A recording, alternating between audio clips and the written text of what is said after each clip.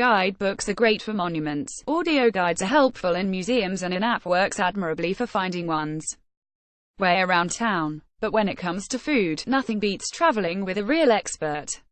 They are the ones who can explain the difference between the almost identical green leaves on the market stall, point you to the right cafe for the most fragrant dishes, explain why the local women make the bread just so, warn you when the quality of the spices isn't right, or reassure you that the price for them is fair.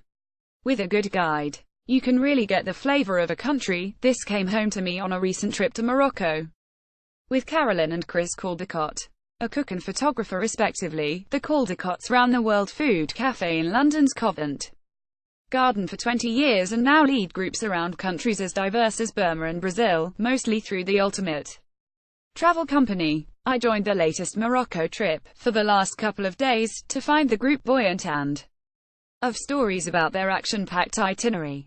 The meals they were still talking about included a goat tagine in the old caravan trading port Tiznit, home of the oldest mud mosque in the country, and a dinner in Essaouira of seafood grilled on the harbour side, fresh from the boat, which included plate after plate of char-grilled prawns, sea urchins, spider, crab, sea bass and sole.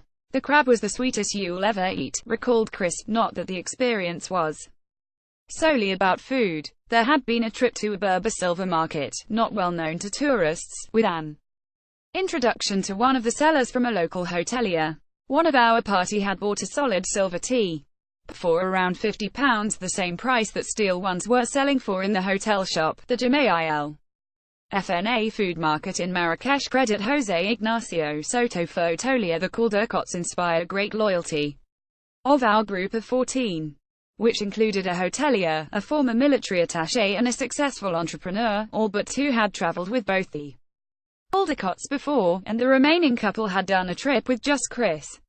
Clearly there is some magic that brings people back to these Pied Pipers of the road. The group revelled in Chris's skills as a raconteur and his booming voice, regaling us with a never-ending supply of anecdotes about his world travels, was the soundtrack of the trip. Relentlessly enthusiastic, a Labrador of a man with a floppy grey fringe and enormous smile, Chris gave impromptu photography classes to anyone who asked, and happily opened his laptop in the evenings to show us exquisite photographs of previous trips, while others chipped in with their memories of the journeys. Expert advice: how to photograph food. Slender, thoughtful Carolyn, meanwhile, is the real food expert, gently explaining the ingredients, techniques and recipes, but also flitting from traveler to traveler, chatting and soothing, ensuring that everyone was involved and happy. There's no doubt about the couple's credentials as guides. The Caldecotts are the kind of people who think no more of riding a motorbike through the Atlas Mountains than jumping on a London number 73 bus. They've travelled to more countries than you can shake a passport at, and generally several times. India alone has merited 85 trips, a view of the city of Taymalalt against the Atlas Mountains in Morocco. Credit app: view our selection of food and drink themed escorted tours when planning each itinerary. Chris explained, we think hard about the flow, what will work, where meals are organized in advance. Carolyn discusses them with each of the chefs, to make sure that during the trip the gamut of local dishes is covered, and there is no question of sticking to the well-trodden tourist route. We want to take people off the beaten track, to places where they wouldn't normally go. This was abundantly clear from my first morning with the group.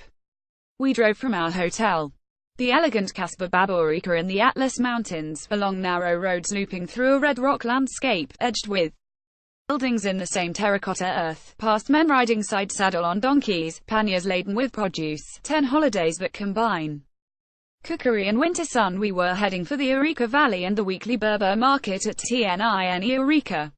Our Berber guide, Abdul, accompanied us and in excellent English explained that, while the market was focused on buying and selling, it had a far more important function as the social event of the week for the men. Women on the whole did not visit the market.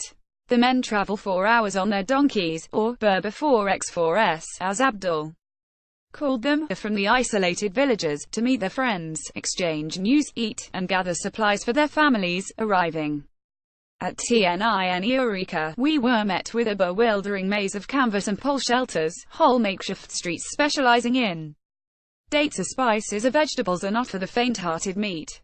Abdul and Carolyn guided and clarified, helping us buy, with the locals in my case, a newspaper-wrapped bundle of fragrant cassia bark and showing us the restaurants where market-goers bring their own meat and veg to be cooked. To Jean clay pots at market in Morocco. Credit app. To one side was the donkey park, where the beasts of burden patiently awaited their master's return, next to stalls selling the traditional wooden Berber locks and an alleyway dedicated to barbers, who would also pull a bad tooth out for you. Abdul beckoned me to point out a discreet hut where a Berber doctor was massaging a dislocated shoulder back into place, while in the distance we could hear the medicine man touting his patent cures. Then, just as it was all feeling like a medieval time warp, a hawker offered a selection of SIM cards. It was, indeed, time to re-enter the 21st century, and we climbed back into the air-conditioned jeeps and drove high up into the hills above the town, each bump in the dirt road accompanied by the gentle clinking of 14 pottery to Jean's terracotta pots.